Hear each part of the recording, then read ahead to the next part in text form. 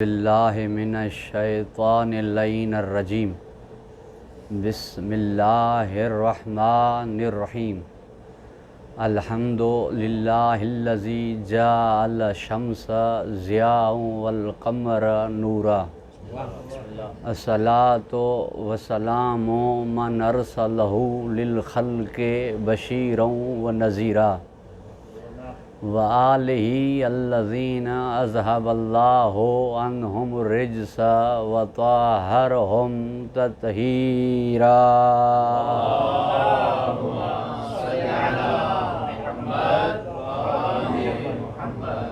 اما بعد فقد قال اللہ تبارک و تعالی فی کتابہ المجید وفرقانہ الحمید وقولہ الحق وہو اصدق الصادقین۔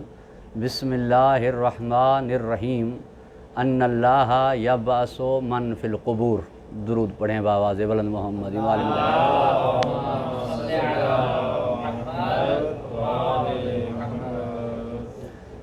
میں مشکور و ممنون ہوں قبلہ و کعبہ حجت الاسلام برادر بزرگ مولانا زوار حسین شریعتی صاحب کا، جنہوں نے میرے اوپر یہ لطف فرمایا، یہ عنایت کیا کہ میں آپ جیسے بزرگوں کے سامنے اپنے معروضات پیش کروں، اور آپ سے معذرت خواہ ہوں سما خراشی سے پہلے ہی۔ اور میرے بھائی نے اعلان فرمایا کہ آج کی مجلس عزا کا جو عنوان ہے وہ آپ کے اذہان میں محفوظ بھی ہے، اور قبلہ نے بھی اعلان فرمایا انہدام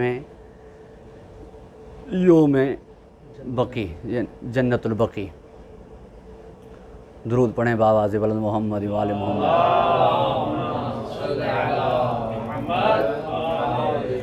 آپ اپنے روب کا میرے اوپر اپنے آنکھوں سے مشاہدہ کر رہے ہیں، مجھے کہنے کی ضرورت ہی نہیں ہے کہ میں آپ سے مروب ہوں۔ یہ لفظ کا صحیح ادا نہ ہونا اس بات کی دلیل ہے، مگر یہ ہے کہ جس ہستی کا آج عنوان، یعنی میں نے جس عنوان پہ گفتگو کرنی ہے، یعنی جو موضوع اور عنوان کا محور رہے گی، جس کی خدمت میں آپ اور ہم رہیں گے، اس ہستی پہ ناز ہے، اس پہ فخر ہے کہ انشاءاللہ تعالیٰ ان کی کرم نوازی سے میں پڑھ پاؤں گا۔ تمہید میں 2-3 منٹ لوں گا آپ کے، اور پھر میرا موضوع ہوگا قبر کا نشان اس لیے ہوتا ہے تاکہ فاتحہ کے لیے عزیز جائیں۔ فاتحہ اور فاطمہ میں 7 چیزیں ایک جیسی ہیں، اور 7 چیزوں میں سیدہ سورہ فاتحہ سے افضل ہے۔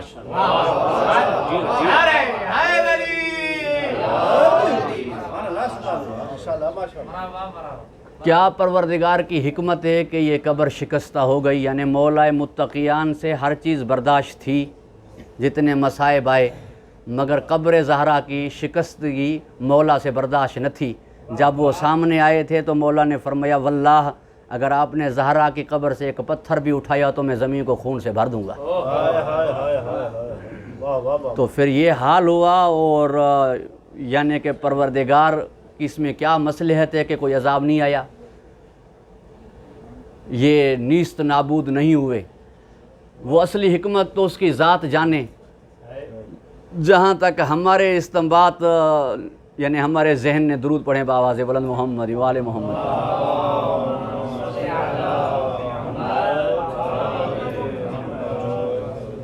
پھر بھی درود پڑھیں بآواز بلند محمد وآل محمد۔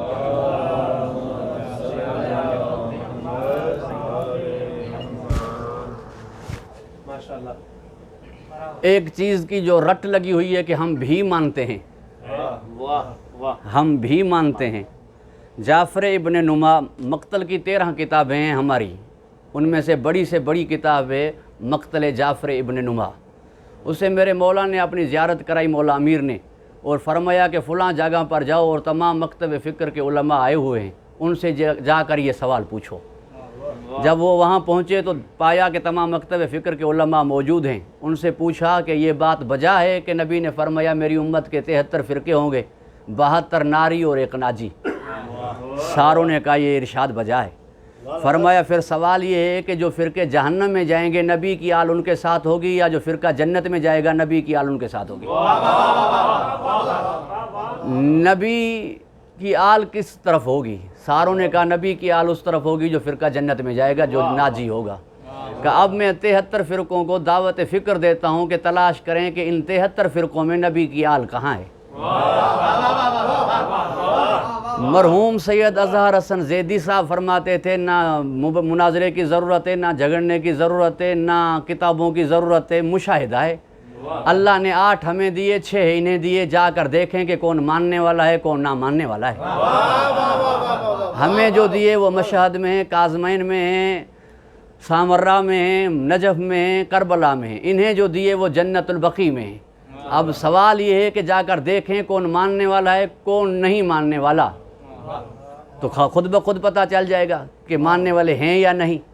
مشاہدے کی بات ہے، شاید اللہ انہیں عیاں کرنا چاہتا ہو، انہیں ظاہر کرنا چاہتا ہو کہ ان کا اولاد رسول سے کوئی تعلق ہے ہی نہیں۔ درود ارشاد کریں محمد و آل محمد پر۔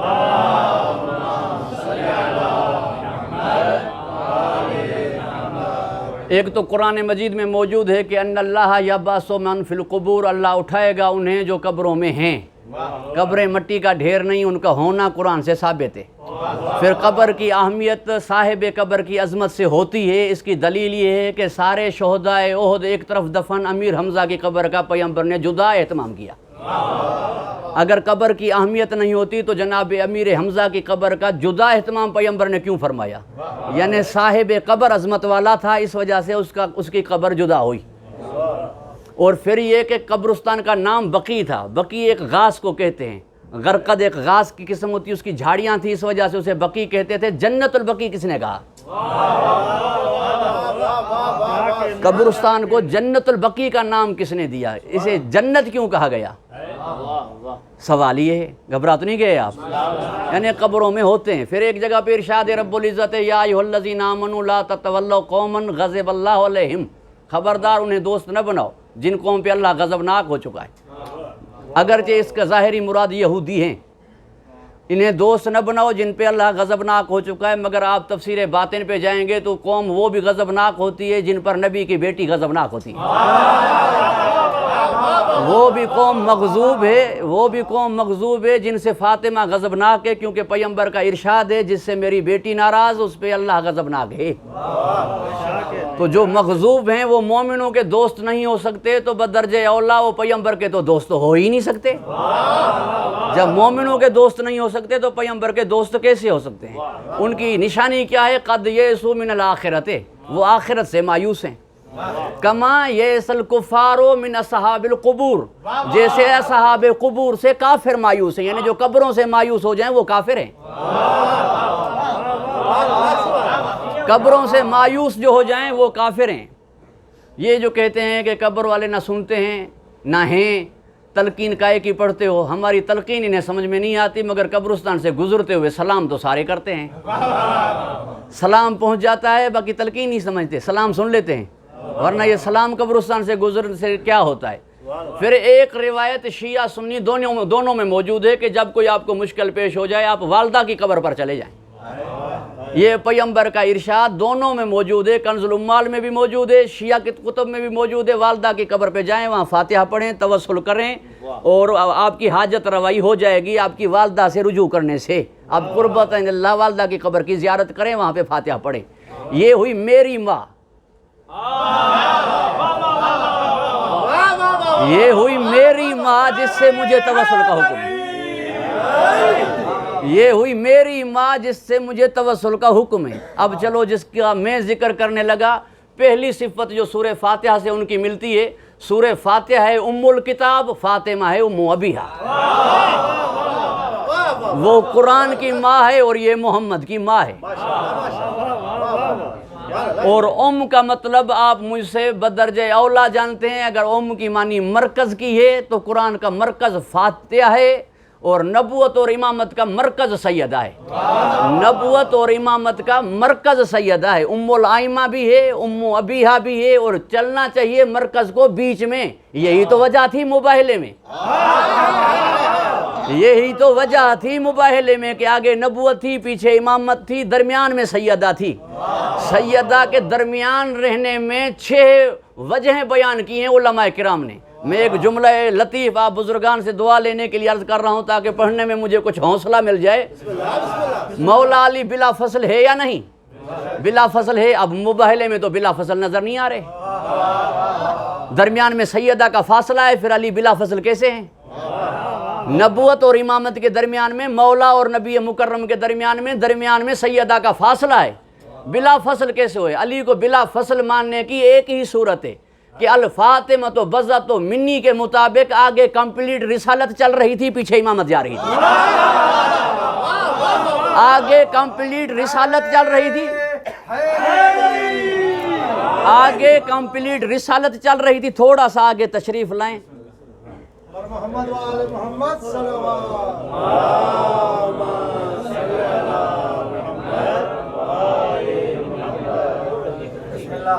آگے کمپلیٹ رسالت چل رہی تھی، پیچھے امامت چل رہی تھی۔ یہ کمپلیٹ رسالت کہنے کا مطلب میرا یہ ہے کہ بی بی علی ولی اللہ کا جز نہیں ہے، بی بی محمد رسول اللہ کا جز ہے۔ اب جو بی بی کو نہ مانے وہ علی ولی اللہ نہ پڑھے، نہیں، اسے محمد رسول اللہ پڑھنے کا حق ہی نہیں ہے۔ جو بی بی کو نہ مانے اسے محمد رسول اللہ پڑھنے کا حق ہی نہیں ہے۔ اب ایک اور بات آ گئی، آپ کی خدمت میں عرض کرتا چلوں، جس کے پیچھے حق چلے وہ علی ہے، جس کے پیچھے علی چلتے ہوئے نظر آئیں وہ فاطمہ ہے۔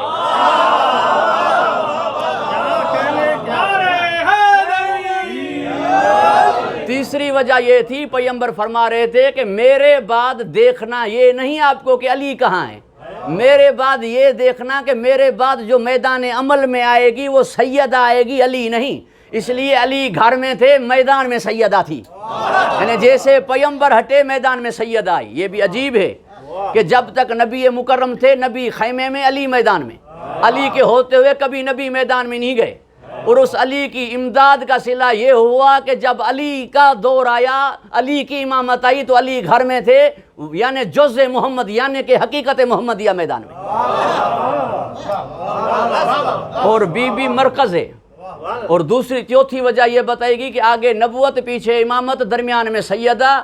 پیغمبر بتلانا چاہتے تھے کہ اگر امامت کو نبوت سے ربط دینا ہے تو اس ربط کا نام فاطمہ ہوگا، اگر بی بی کا ربط نہیں ہوگا وہ امامت نبوت سے مربوط نظر نہیں آئے گی، وہ امامت کہیں اور کی ہو گئی اور وہ نبوت کہیں اور کی ہو گئی۔ یعنی وہ نبوت تو من اللہ رہے گی مگر وہ امامت من اللہ نہیں رہے گی جب تک ربط فاطمہ کا نہیں ہوگا۔ درود ارشاد کریں محمد وآل محمد پر۔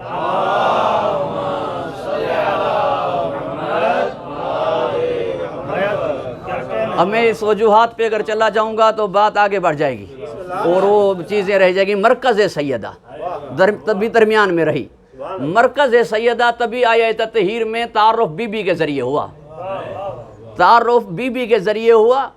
تعارف کی دو قسمیں ہیں، ڈائریکٹ اور انڈائریکٹ۔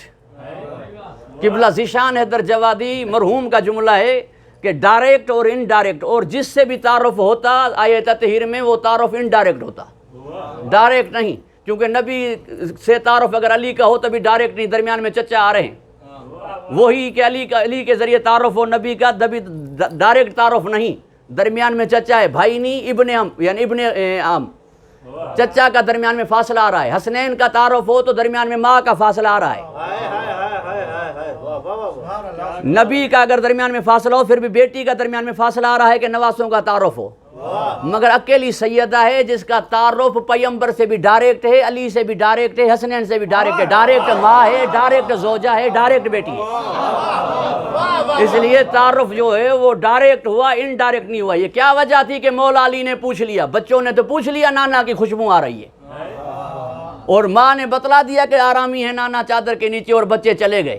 یہ 12x14 کا کمرہ تھا، چادر پہ پیغمبر آرام فرمائیں۔ علی کے پوچھنے کا کیا مطلب ہے کہ سیدہ سے پوچھ رہے ہیں کہ یہاں آقا کی خوشبو آ رہی ہے؟ یہ نہیں تھے کہ بیوت تھے، اب کس بیت میں پیغمبر ہے، سامنے کمرہ ہے، دونوں نواسوں کے ساتھ چادر میں آرامی ہیں، یہاں علی پوچھ کیوں رہے ہیں کہ مجھے آقا کی خوشبو آ رہی ہے؟ مولا کے پوچھنے کا کیا مطلب ہے؟ بتلا رہے ہیں کہ رسالت تک پہنچنا ہے تو فاطمہ کا ذریعہ ضرور ہے، اگر بی بی کا ذریعہ نہیں ہوگا، وسیلہ نہیں ہوگا تو رسالت تک کبھی پہنچ ہی نہیں سکتے۔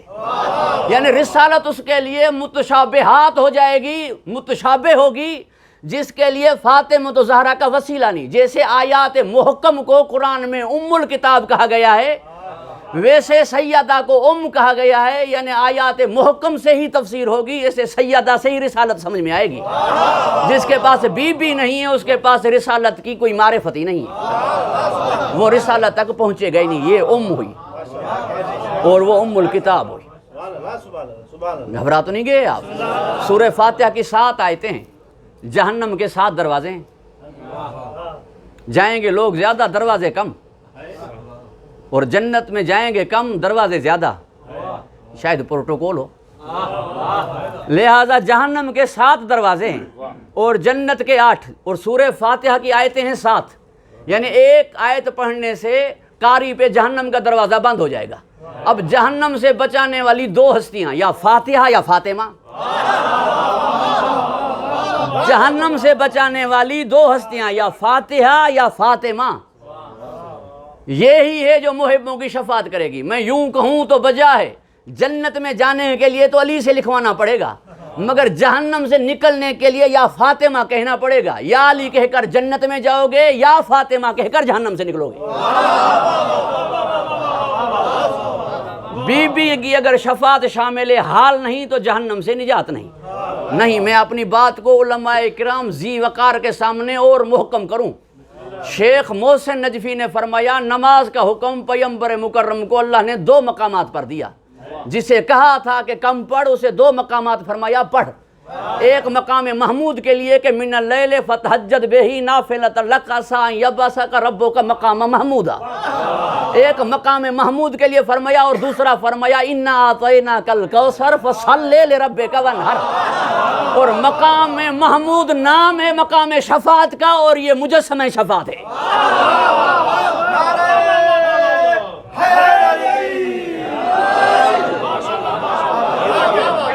پیغمبر کے 2 لقب، پر بلندتر صلوات.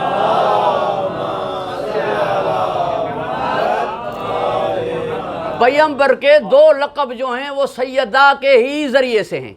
ایک رحمت للعالمین اور دوسرا صاحب مقام محمود. ایسی بیٹی کا باب ہے تو صاحب مقام محمود ہے، بیٹی رحمت ہے تو یہ باب رحمت للعالمین ہے. ورنہ منصب جو ہے وہ رحمت نہیں، منصب نعمت ہے. غدیر میں اعلان منصب پر اتمام نعمت ہوا تھا. منصب کو نعمت کہا گیا ہے، رحمت نہیں. تو وما ارسلناک الا نعمت للعالمین کے بجائے رحمت للعالمین کیوں ہے؟ کیونکہ بیٹی رحمت ہے. یہ ایسی بیٹی کا باب ہے جو ہم نے تمہاری جانب رسول بھیجا ہے. تعارف باب کا بیٹی کے ذریعے ہے. گھبرا تو نہیں گئے آپ؟ درود ارشاد کریں محمد وآل محمد پر. جلدی گزر رہا ہوں، سما خراشی ہو جائے گی، معذرت خواہ ہوں. سورہ فاتحہ کا ایک لقب ہے سبع مثانی، یعنی اس کا 2 مرتبہ نزول ہوا، دونوں رکعتوں میں پڑھی جاتی ہے. دوسری لفظوں میں دگنی، اساں جی سندھی میں بیڑی. یہ 2 مرتبہ نزول تو بزرگان ہی سمجھائیں گے. جب مکے میں نازل ہو چکی تو مدینے میں پلٹ کر گئی تھی کہ دوبارہ نازل ہوئی. اور اس کا 2 مرتبہ نزول کیوں اور 2 رکعتوں میں کیوں پڑھی جاتی ہے، اور اپنے اندر 2 مفاہیم کیوں رکھتی ہے کہ ایاک نعبد و ایاک نستعین تک خالق ہے، اس کے آگے پھر مخلوق چل رہی ہے، اور ہر لفظ کی بھی 2 معنی موجود ہیں. تو یہ یعنی 2 معنی کیوں، 2 مفاہیم کیوں، اور یہ دگنی کیوں 2 رکعتوں میں کیوں پڑھی جاتی ہے. یہ تو وہ خطابت کا جملہ سمجھیے تبھی بجا ہے. ڈبل کرنے سے شاید 7 14 ہو جائیں. تو یہ سبع مثانی ہیں. اب سیدہ اس صفت میں اس کے ساتھ کیسے ہے؟ مخدومہ اس صفت میں سورہ فاتحہ کے ساتھ کیسے مماثلت رکھتی ہے؟ عقد کے خطبے 2 ہوئے، آسمان پہ اللہ نے پڑھا، زمین پہ محمد نے پڑھا. مہر بھی 2 ہوئے، اللہ نے بھی مہر دیا، علی نے بھی مہر دیا. اولاد کی بھی 2 قسم ہیں، معصوم بھی ہیں 11 اور غیر معصوم بھی ہیں. اور لقب بھی دگنے ہیں کہ راضیہ بھی ہے، مرضیہ بھی ہے، محدثہ بھی ہے، محدثہ بھی ہے، ممتحنہ بھی ہے، ممتحنہ بھی ہے. اور اس کا رشتہ بھی ایسا ہے کہ ہر رشتہ قیامت کے دن ٹوٹ جائے گا. واحد اس کا رشتہ ہے جو یہاں بھی باقی ہے، وہاں بھی باقی ہے.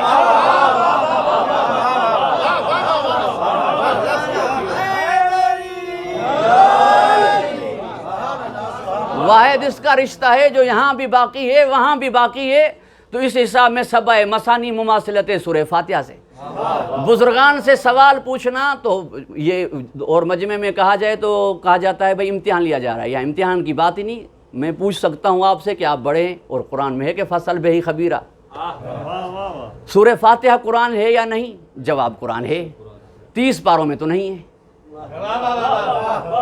قرآن ہے 30 پاروں میں تو نہیں ہے. ہادیہ ہے انبیاء اور اماموں کی فہرست میں تو نہیں ہے.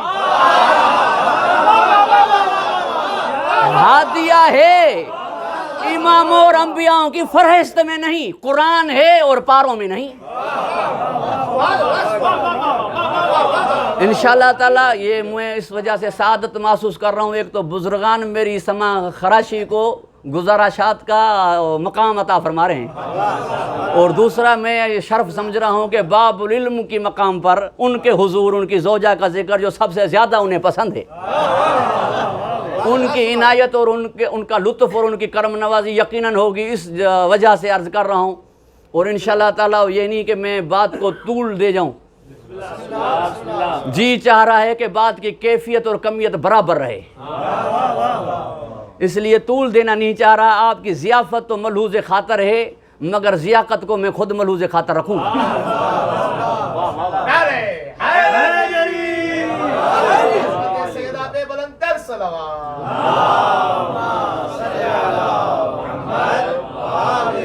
ورنہ میں اپنے بزرگ نجفیوں کی کچہری میں یہ عرض کر چکا کہ سیدہ مخدومہ کونین اور جناب مریم میں 60 چیزوں کا فرق ہے. 60 چیزیں ایسی ہیں جو سیدہ میں ہیں، جناب مریم میں نہیں ہیں. ان میں ایک یہ ہے کہ یہ ہادیہ ہے، وہ ہادیہ نہیں ہے. وہ عیسیٰ پر حجت نہیں ہے، یہ اپنے بیٹوں پر حجت ہے. وہ عیسیٰ پر حجت نہیں ہے، یہ اپنے بیٹوں پر حجت ہے. ہادیہ کائنات میں ایک ہے خواتین میں. کیا جملہ ہے مرحوم علامہ نقن کا اللہ ان کے درجات بلند فرمائے. فرمایا مردوں کی ہدایت کے لیے اللہ نے 1,24,000 پیغمبر مبعوث فرمائے، 12 امام بھیجے، مگر عورتوں کی ہدایت کے لیے نگاہ جلالت اٹھائی تو اکیلی زہرا کو کافی سمجھا. اکیلی زہرا کو کافی سمجھا.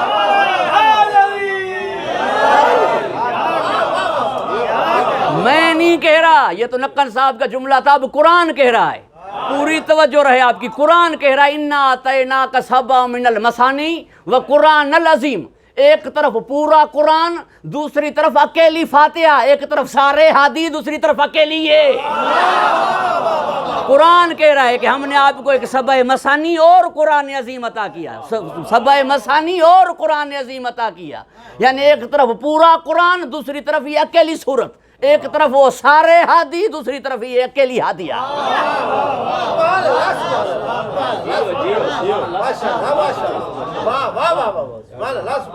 سورہ فاتحہ کے معاملے میں رعایت نہیں ہے، اور جو سورہ آپ پڑھیں نماز میں اسے پڑھنا ضروری ہے، اسے پڑھنا لازم ہے. اس کے بغیر نماز نہیں ہوگی. شاید اس بنیاد پر اس سورت کو سورہ صلاۃ بھی کہا جائے تو بجائے، اس کے 32 نام ہیں. اس کے بغیر نماز نہیں ہوگی. نماز میں اسے پڑھنا لازم ہے، اس کے بغیر نماز نہیں ہو سکتی. نماز کیا ہے؟ نماز پنجتن کی اداؤں کا نام ہے. نماز پنجتن کی اداؤں کا نام ہے. یہ جو میں ابھی جملہ کہہ رہا ہوں یہ ایک معروف خطیب کا، استنباط جو آگے کروں گا وہ اس حقیر کا ہے. نماز پنجتن کی اداؤں کا نام ہے. قیام محمد کی ادا ہے، رکوع علی کی ادا ہے، سجدے بھی 2، شہزادے بھی 2، اور بی بی کی ادا ہے نیت. قیام میں آپ کو چھوٹ ہے، اگر کھڑے نہیں ہو سکتے بیٹھ نماز پڑھیں. رکوع میں آپ کو اجازت ہے، اگر رکوع نہیں کر سکتے تو بستر پر لیٹ کے نماز پڑھیں. سجدوں میں بھی آپ کو رعایت ہے کہ اگر آپ سجدے نہیں کر سکتے تو اشاروں سے بھی حالت احتضار میں نماز پڑھیں. مگر نیت کے معاملے میں رعایت نہیں، کیونکہ نیت ادا سیدہ ہے. نیت بھی پوشیدہ، بی بی بھی پردہ دار، یعنی بی بی کے معاملے میں رعایت نہیں. نیت کے معاملے میں رعایت نہیں ہوگی، کیونکہ نیت ادا سیدہ ہے. نیت بھی پوشیدہ، مخدومہ بھی پردہ دار. گھبرا تو نہیں گئے آپ؟ جسے اللہ کہتا تھا کہ نماز کم پڑھ، اسے عطا کر کے فرمایا فَصَلِّ لِرَبِّكَ، نماز پڑھ. یعنی اس کے معاملے میں رعایت نہیں ہے. ساحر کا تانا دیا، اللہ نے نہیں کہا کہ وہ ساحر ہیں، مجنون کا تانا دیا، نہیں کہا کہ وہ مجنون ہیں۔ ابتر کے تانے پہ برداشت نہیں، عملی جواب ہوا، کیونکہ بی بی کے معاملے میں رعایت نہیں ہے۔ کوئی کمپرومائز اس صورت میں آپ کو نظر نہیں آئے گی۔ سورہ کوثر میں آپ کو کوئی کمپرومائز نظر نہیں آئے گی، نہ رسول سے نہ کافروں سے۔ تو بھی پڑھ اور قربانی کر اور وہ بھی ابتر ہیں۔ توجہ ہے صاحبہ، یعنی کہیں رعایت کا پہلو نظر نہیں آ رہا اس کے معاملے میں۔ نزہۃ المجالس والے نے تو عجیب لکھا کہ ایک ہی نشست میں 15 مرتبہ مخدومہ تشریف لائیں، پیغمبر اٹھے۔ ورنہ آپ جانتے ہیں آداب کو کہ اگر ایک مرتبہ آپ کھڑے ہو کر کسی بزرگ سے ملے، پھر دوبارہ آئے، پھر بھی آپ کھڑے ہو گئے، تیسری مرتبہ یا اللہ کہیں گے، تھوڑے تک اٹھیں گے۔ جب چوتھی مرتبہ اسی نشست میں تشریف لائے تو سینے سے ہاتھ رکھ کر سر کو تھوڑا خم کریں گے۔ شاید 7-8 دفعہ کے بعد تو شاید دیکھے ہی نہیں، آ کر وہ تشریف فرما ہو جائے۔ یہ ہوتا ہے ہر جگہ پر، مگر 15 مرتبہ جب بھی تشریف لائی کھڑے نہیں ہو گئے، فقام الیہا، کچھ آگے بڑھ گئے۔ یہ کیا ہو رہا ہے کہ 15 مرتبہ ایک ہی نشست میں کھڑے ہو جانا، کیونکہ یہ نہیں، بی بی کے معاملے میں رعایت نہیں، جب بھی آئے تب کھڑے ہو جانا ہے، جب بھی آئے تب کھڑے ہو جانا ہے۔ مخدومہ کے معاملے میں رعایت نہیں ہے۔ عشاء کی 2 رکعتیں اضافہ ہوئی مولا علی کی ولادت میں، ظہرین کی 2 رکعتوں کا اضافہ ہوا حسنین کی ولادت میں، مغرب کی رکعت کا اضافہ ہوا سیدہ کی ولادت میں۔ شیخ صدوق علیہ الرحمہ نے لکھا کہ آپ کو سفر میں ان 2 رکعتوں کی رعایت ہے، مغرب کی رکعت کی رعایت نہیں، بی بی کے معاملے میں رعایت نہیں ہے۔ فتح مکہ کے موقع پر تمام کفار کو معاف کیا گیا۔ فتح مکہ کے موقع پر تمام کفار کو حضور نے معاف کیا، اور ادھر حر آئے مولا حسین نے معاف کیا۔ ادھر معافی نہیں مل رہی، ادھر معافی نہیں مل رہی۔ رحمت للعالمین کی بیٹی ہے، حسین کی ماں ہے، معافی کے طالب بھی ہوئے، پھر بھی معاف نہیں فرمایا۔ بی بی کے معاملے میں رعایت نہیں ہے۔ اگر کوئی مومن کے جنازے میں مشی کرے اس کے گناہ معاف ہو جاتے ہیں، اگر کوئی معصوم کے جنازے میں مشی کرے تو گناہ کیسے رہیں گے؟ اپنے جنازے میں آنے تک نہ دیا کہ گناہ معاف نہ ہو جائیں، رعایت نہیں ہے۔ بی بی کے معاملے میں رعایت نہیں ہے، سورہ فاتحہ میں رعایت نہیں ہے، مخدومہ کے معاملے میں رعایت نہیں ہے۔ سورہ فاتحہ کسی نبی کو نہیں ملی، سورہ فاتحہ کسی نبی کو نہیں ملی، اور اس کے لانے والے بھی جبرائیل نہیں ہیں۔ اس کے لیے 2 روایتیں ہیں، اس کے لانے والے بھی جناب جبرائیل، ڈائریکٹ حضور کو ملی اور کسی نبی کو نہیں ملی۔ واحد سیدہ ہے جس کا نور کسی نبی کے صلب سے نہیں گزرا، واحد سیدہ ہے جس کا نور کسی نبی کے صلب سے نہیں گزرا، یعنی نبی اس کے کوئی نبی اس کے شرف سے مشرف نہیں ہوا۔ اس لیے زیارت میں اصلاب شامخہ و رحم مطہرہ کے جملے نہیں ہیں، یہ ڈائریکٹ حضور کو عنایت ہوئی۔ میں یوں کہہ دوں تو بجا ہے، نماز اگر معراج ہے، تمہاری معراج فاتحہ کے بغیر نہیں، محمد کی معراج فاطمہ کے بغیر نہیں۔ نماز اگر معراج ہے تو تمہاری معراج فاتحہ کے بغیر نہیں، محمد کی معراج فاطمہ کے بغیر نہیں۔ آسمانوں پہ جانا میرے آقا کی کائے کی معراج، جس کی نالین سدرا سے گزر جائے اس کا وہاں جانا کیسی معراج۔ حتیٰ کہ نبی کی نالین کا سدرا سے گزر جانا نبی کی نالین کی عزت نہیں، سدرا کی عزت ہے۔ نبی کی نالین کی عزت یہ ہے کہ علی نے ٹانکے لگائے تھے، جسے پیوند علی لگائے آسمان پہ جانا آسمان کی عزت کا باعث بنے گی، اسے شرف نہیں ملے گا۔ ان ہاتھوں کو کہا کیا جاتا ہے جن ہاتھوں نے اس جوتی کو ٹانکے لگائے؟ خدا کی قسم، یہاں پہ آ کر بس میں یہ کہہ سکتا ہوں کہ میدان محبت میں سب کچھ جائز ہے، ورنہ ہاتھ اللہ کے اور ٹانکے جوتی کو لگائے۔ بس وہ عاشق تھا، یہ محبوب تھا، خدا کی قسم کوئی اور بات ہے ہی نہیں، ورنہ ہاتھ جس کے اللہ کے اور وہ ٹانکے نالین کو لگائے۔ گھبرا تو نہیں گئے آپ؟ درود ارشاد کریں محمد وآل محمد پر۔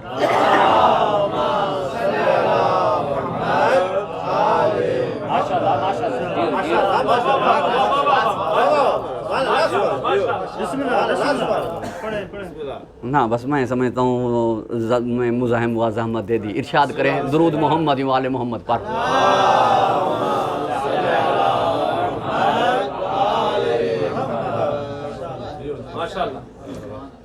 تقریباً یہ کہا جاتا ہے کہ فاتحہ کر کے آئے یا نہیں, فاتحہ کی یا نہیں. فاتحہ کریں گے مرنے کے بعد, یا دوسرا لفظ کہا جاتا ہے کہ کل خوانی, اور سورہ فاتحہ کے بعد کل پڑھتے ہیں, یا یہ بھی کہہ دیتے ہیں کہ بھئی کل پڑھیں یا نہیں, کل ہوئے ہیں یا نہیں, یا سورہ قل واللہ یا سورہ فاتحہ مرنے کے بعد کیوں. اب اگر سورہ فاتحہ کو پے کر دیا جائے تو ذات سیدہ کی اور مثل قل واللہ علی ہے, مرنے کے بعد یہ دو ہی کام آتے ہیں.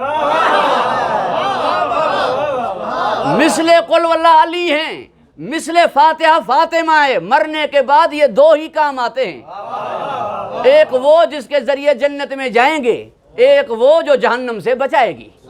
ایک وہ جو پل صراط پر خود کھڑے ہوتے ہیں, ایک وہ جو مقام کوثر پر خود کھڑے ہوتے ہیں, ایک وہ جو قبر میں خود تشریف لاتے ہیں, ایک وہ جو مقام جہاں پہ آپ کے مشکل 6 مقامات ہیں وہاں پر خود تشریف نظر آتے ہیں, حساب کے درمیان میں خود تشریف لاتے ہیں. لیوائے حمد ان کے ہی ہاتھوں پہ ہوتا ہے, سایہ خود مہیا کرتے ہیں. اور دوسری جگہ پہ سلمان فارسی کو پیغمبر نے فرمایا میری بیٹی کی محبت ان مقام پر کام آتی ہے. جہاں پر خود علی تشریف لائیں ان مقامات پر فاطمہ کی محبت ہی کافی ہے. کیا مقام اس سیدہ کا. میں جتنا مقام بیان کروں بس آخر یہی کہہ سکتا ہوں کہ وما ادراک ما لیلۃ القدر. اس کا سیدھا سیدھا ترجمہ ابن حسن جارچوی نے لکھ دیا کہ آپ کیا جانیں کہ کیا ہے فاطمہ, آپ جان ہی نہیں سکتے کہ کیا ہے فاطمہ.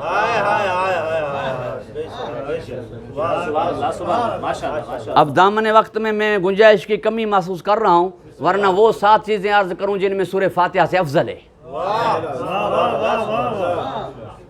جن میں سورہ فاتحہ سے افضل ہے. اب ان میں سے میں کچھ تو آپ جیسے صاحب استنباط پہنچ گئے ہوں گے کہ اگر سورہ فاتحہ ام الکتاب ہے, یہ ام ابی ہے, تو جو قرآن اور محمد میں فرق ہے وہ فاتحہ اور فاطمہ میں ہوگا.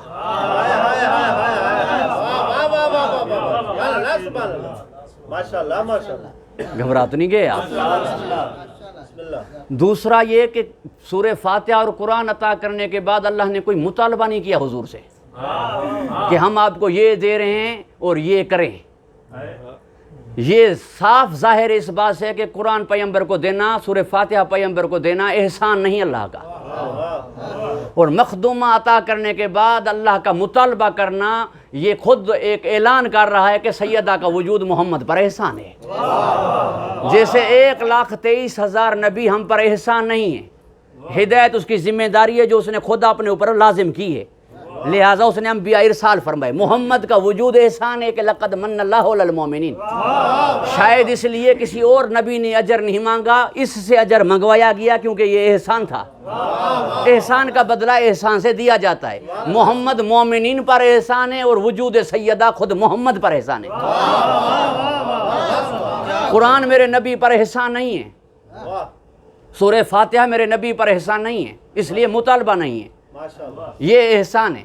اب سورہ فاتحہ کے لیے یہ ہے کہ جبرائیل نہیں لایا, ایک اور ملک لایا, مگر آئی حضور تک, لینے حضور نہیں گئے, آئی حضور تک, جس ذریعے سے بھی آئی حضور تک, لینے نہیں گئے. لینے گئے تو سیدہ کو لینے کے لیے گئے. میں یہ کہہ سکتا ہوں کہ جبرائیل جس کا استقبال کر کے آسمان پہ لے جائے اسے نبی مکرم کہتے ہیں, اور خود نبی جس کا استقبال کر کے لائے اسے سیدہ فاطمہ لینے گئے. درود ارشاد کرے محمد و آل محمد.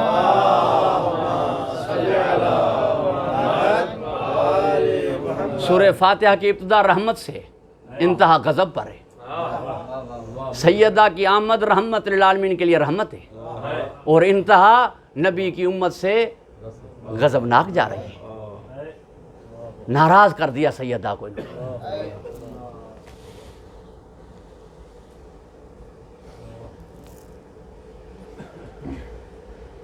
میرے ایک دوست کا حکم ہے, میں اس کی تعمیل کرنے چلا ہوں, مجھے معاف فرمائیں گے. میں نے ایک جملہ کہا تھا کچہری میں قبلہ علامہ نقن کا، فرماتے تھے یہ فیصلہ کرنا بڑا مشکل ہے کہ باپ کو بیٹی زیادہ پیاری تھی یا بیٹی کو بیٹا حسین زیادہ پیارا تھا۔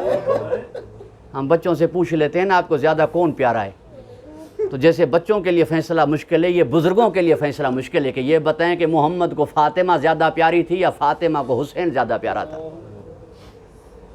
کبھی رونے نہیں دیا اپنی زندگی میں سیدہ کو، ویسے ہی ہے کبھی رونا حسین کا برداشت نہیں ہوا سیدہ سے، جیسے رسول سے برداشت نہ تھا۔ فرمایا سب کچھ برداشت کر سکتا ہوں، میں اس کی آنکھوں میں آنسو نہیں دیکھ سکتا، اور جن آنکھوں میں آنسو محمد نہیں دیکھ سکتے تھے مسلمانوں نے ان آنکھوں کو خشک ہونے دیا ہی نہیں۔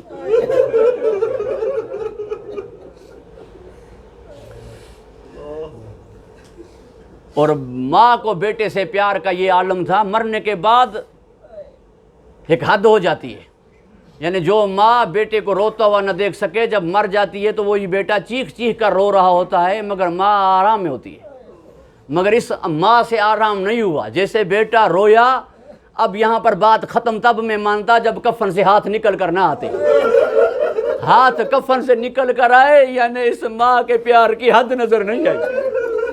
حسین نے نانا سے خدا حافظی کی، بھائی حسن سے خدا حافظی کی، مگر جب ماں کی قبر پر آئے خدا حافظی کی تو آواز نہیں آئی۔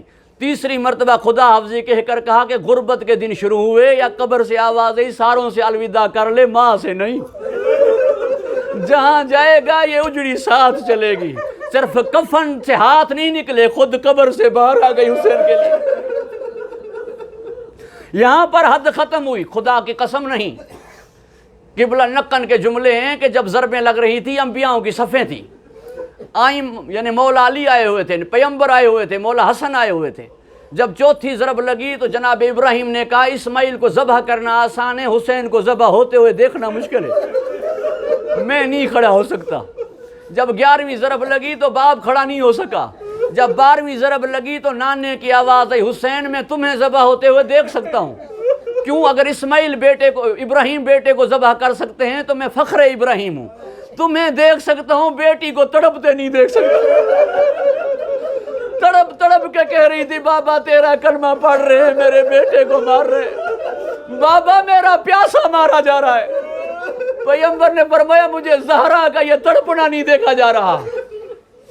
اور ایسے ہی ہے، آخر تک ماں بیٹے سے جدا نہیں ہوئی۔ اب مشاہدے میں دیکھیں، اگر بیٹا بڑی تکلیف میں ہو نا، بھائی کھڑے نہیں ہو سکتے، کمر پہ ہاتھ رکھ کے رو رہے ہوں گے، باپ کھڑا نہیں ہو سکتا، عزیز کھڑے نہیں ہو سکتے جب تڑپ رہا ہو، مگر پیار بھی زیادہ ماں کو ہوتا ہے اور ماں دور بھی نہیں ہوتی۔ سر ٹکرا کر کہتی ہے میں صدقے جاؤں لال، میں مر جاؤں تو بچ جائے، اس لیے جدا نہیں ہوئی۔ جملے ہیں مرحوم اظہر حسن زیدی صاحب کے، مرحوم فرماتے تھے ایک مرتبہ شمر نے پوچھا کہ میرا خنجر تیز ہے، اثر کیوں نہیں کر رہا؟ مولا نے فرمایا اب تو خنجر چلا۔ اس نے خنجر اٹھایا، مولا نے آہستہ فرمایا اماں تو ہاتھ ہٹا۔ ماں جدا نہیں ہو رہی، یہاں پر پیار کی حد ختم ہو گئی، نہیں عزادارو، یہاں پر حد ختم نہیں ہوئی۔ کھولی سر لے آیا، تندور میں رکھا، بیوی کو کہا میرے لیے کھانا لے آؤ، وہ جیسے گئی روتی ہوئی باہر آئی، کا ایک بی بی کے رونے کی آواز آ رہی۔ کھولی نے کہا یہ تیرا وہم ہے، پھر جا۔ پھر جب گئی تو پیٹتی ہوئی آئی، کہا یہ کیا کر کے آئے ہو؟ اس بی بی کے رونے سے دیواریں رو رہی ہیں، اور یہ علامت ہے گریہ زہرا کی، جب میری سیدہ روتی تھی تو دیواریں ساتھ روتی تھی۔ یہاں پر حد ختم ہوئی نہیں۔ مولا سید سجاد سے اس شامی نے کہا آپ کی کوئی بی بی ہے جو باہر زندہ سے آ کے روتی ہے؟ مولا نے فرمایا تمہیں اشتباہ ہوگا، ہماری کوئی بی بی زندہ سے باہر نہیں جاتی۔ اس نے کہا میں نصف شب آپ کو بتاؤں گا۔ اس نے آواز دی اور مولا سے کہا دیکھیں کہ وہ رو رہی ہے۔ یہاں تک حد ختم ہوئی، عزادارو نہیں، ہر مجلس میں آ جاتی ہے، آپ رو کر چلے جاتے ہیں، وہ روتی رہتی ہے۔ میں نے تو ایک بزرگ سے ایک واقعہ سنا، کلیجے کو چیرنے والا واقعہ ہے، کہ خراسان میں ایک عورت محرم کی یکم کو مجلس کرتی تھی، اس نے جواب دے دیا مومنات کو کہ کل مجلس نہیں ہوگی میرے گھر۔ پوچھا کہ کیوں؟ کہا اس لیے کہ ہماری خادمہ جو تھی وہ ناراض ہو کر گھر چلی گئی ہے، کون نیاز تیار کرے، کون فرش عزا بچھائے؟ تو ایک آگے بڑھ کر بی بی کہنے لگی یہ کام میں کروں تو مجلس کرواؤ گی؟ اس نے کہا پھر میں مجلس کرواؤں گی۔ کھانا تیار ہو گیا، فرش بچھایا گیا، مومنات کھانا کھا کے جب رخصت ہوئی تو اس نے 20 تومان نکال کر دیے، کہا یہ بی بی اجرت لو۔ اس نے رخ موڑ کر کہا ماں بیٹے کی اجرت نہیں لیتی۔